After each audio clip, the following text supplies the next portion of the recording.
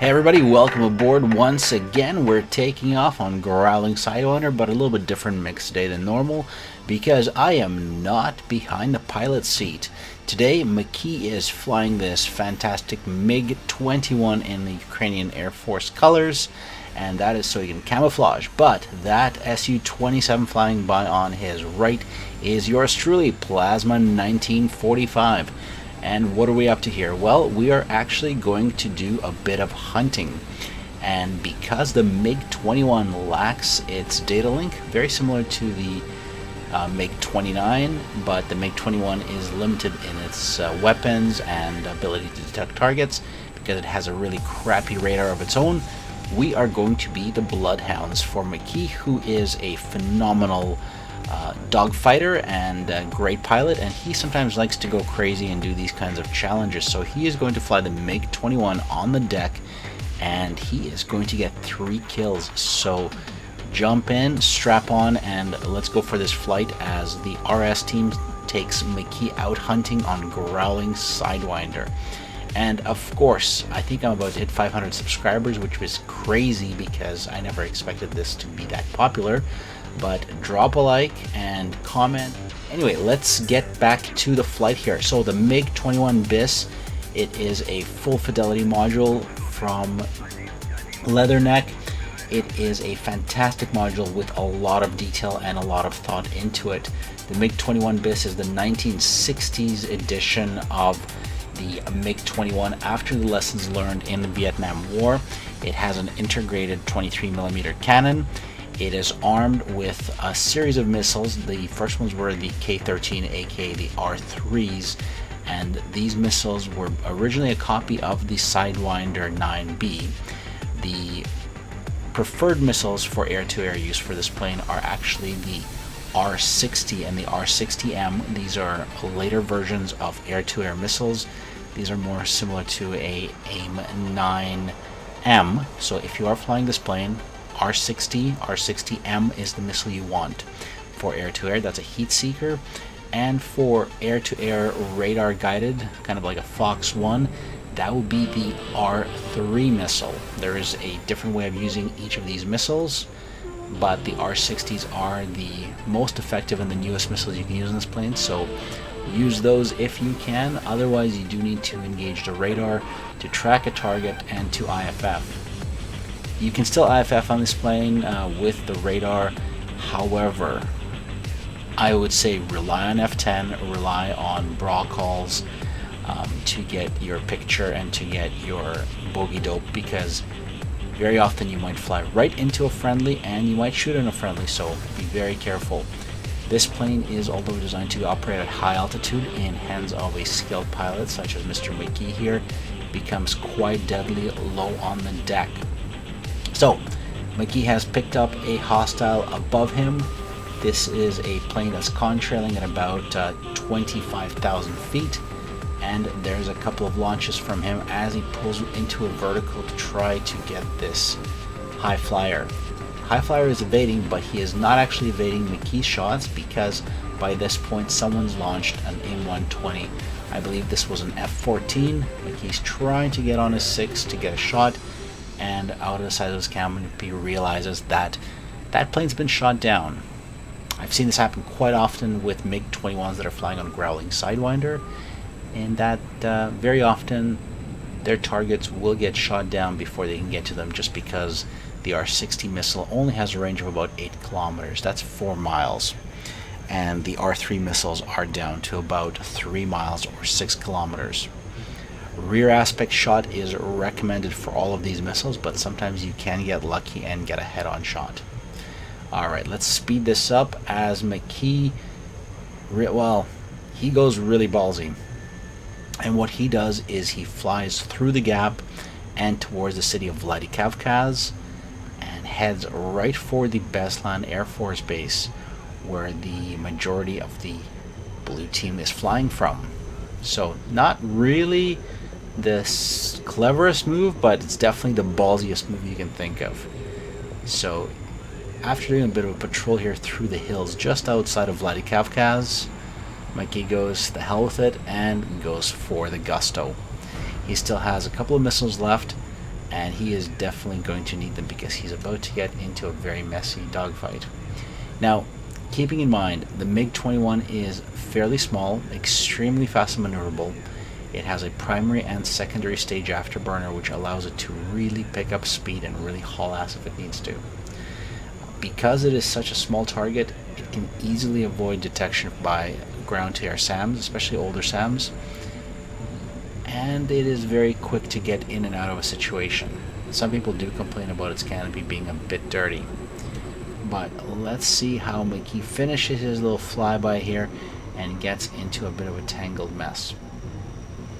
So we're flying and we are giving him a report that we've seen 2 or 3 hostiles take off at Beslan, and in an automagical maneuver here, mckee decides to swing his plane to the north and go for an intercept. So right now he's flying over the plains. He's nice and low, so the SAMs at Beslan are sort of tracking him but not really launching on him. As long as he stays low, he'll be fine, but he is pretty much just trimming these trees, and I mean, props to him for being able to handle this plane so effectively. If you do fly the MiG-21, keep in mind you do need to make sure there is quite a bit of speed behind it, both in level flight and especially in turns, because it does have small wings. It's designed to go fast and straight up into the air, but not really designed to fly the way mckee's flying it. You do need a lot of finesse and control to fly it this way.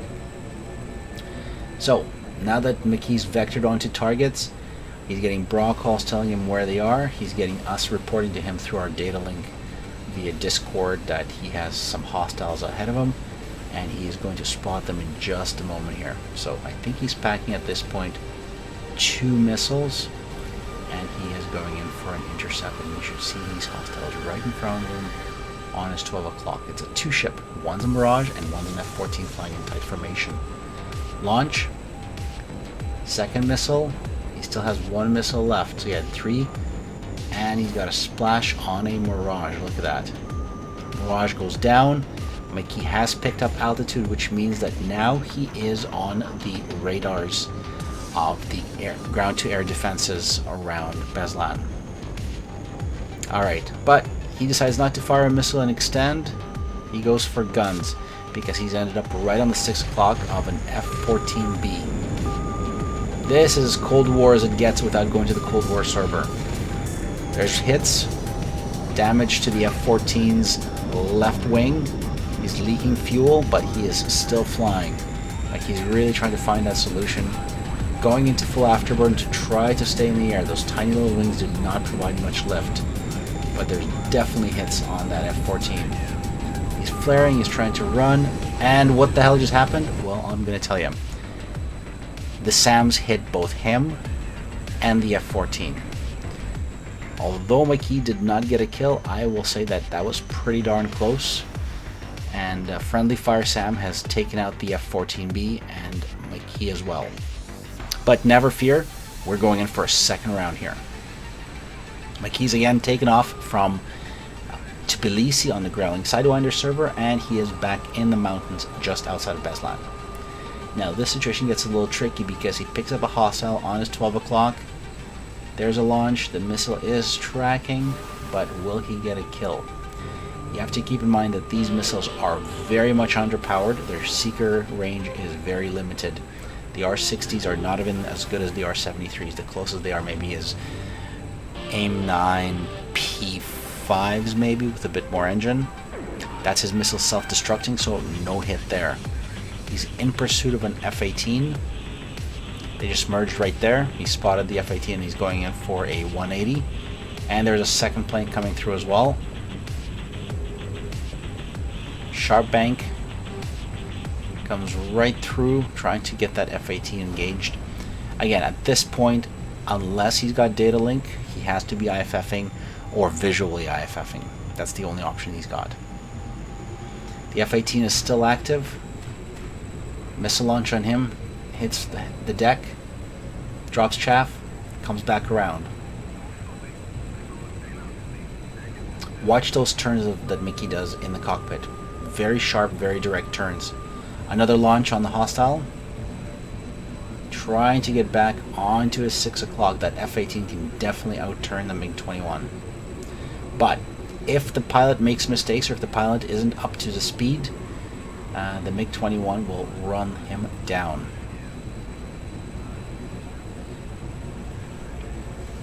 F-18 is definitely trying to make a run here. Really trying to outturn, but McKee's sticking to it. Trying to get in position on the F-18 6 o'clock. We've got a plane from 1963 flying against a plane from 2002. We got 60 years difference between these planes. Another launch of the R-60. It's tracking, hits the mountain. Again, trying to stick on him. Another launch, and again it hits the mountaintop. One thing to keep in mind, watch where your missiles are going. If your bandit on your 12 o'clock is going to dip, if there's any chance that the bandit will dip, pick up altitude and launch top down on the hostile. That is the only way to guarantee that your missile is not going to hit the mountain. Alright, McKee's slotting back in. There's a launch. It's looking good. It's looking good. That F-18 is going to be in trouble, and splash. Nicely done. So much for an F-18. That's a 60-year difference between the plane that McKee's flying and the plane that he shot down. That's pretty darn impressive. Good job. As I said, this plane excels at high altitude, high speed, but in the hands of an expert pilot, down low, it can be deadly. Whether you're using guns to take down an F-14 Tomcat, just as a previous engagement, or outturning and outrunning an F-18 right on the deck. Alright, where does he go next? He does have a couple more hostiles. Brawl calls will be telling him that. We're also giving him updates on datalink that we're seeing. Honestly, if you do have somebody who has a MiG-21 and you want to give them a challenge, and you've got an Su-27 or an F-16, be their datalink, have fun, and try to guide them to a target just like we did here. They will appreciate it, and they will get really sweaty trying to deal with F-16s. Alright, McKee had a hostile locked, steady tone, but by the time he got there, that hostile's already been splashed by a friendly.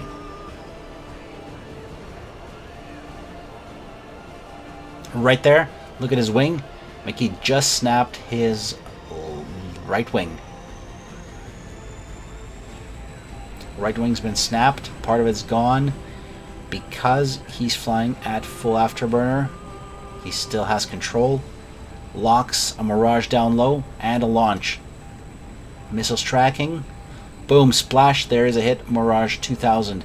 That's the same guy he killed earlier next to the F-14.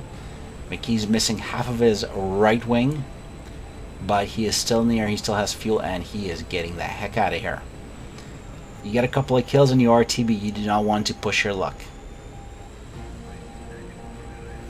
One of the key things in these complex environments, especially when flying on something like growling sidewinder, where you're going to be facing superior aircraft from, third and fourth generation, you want to make sure that you can get out after getting your kills, because it does feel really nice to come back home, not necessarily racking an additional kill.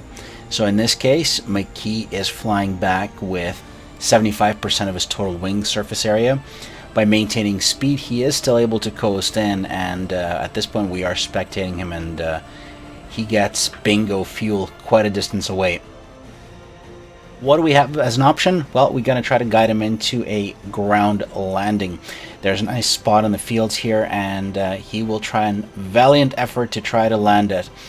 Just over this hill and over the lake is the Tbilisi airport, and in theory, if he had another 200 liters of fuel, he would have made it. However, the MiG-21's fuel capacity is fairly limited. After a few of those dogfights, especially chasing down that F-18, he is really low on fuel. His external tank has been exhausted, and he is flying on, well, again, 75% of his wing surface area, because that wing is gone, and thanks to the glitches of DCS, well, you can see the pylon.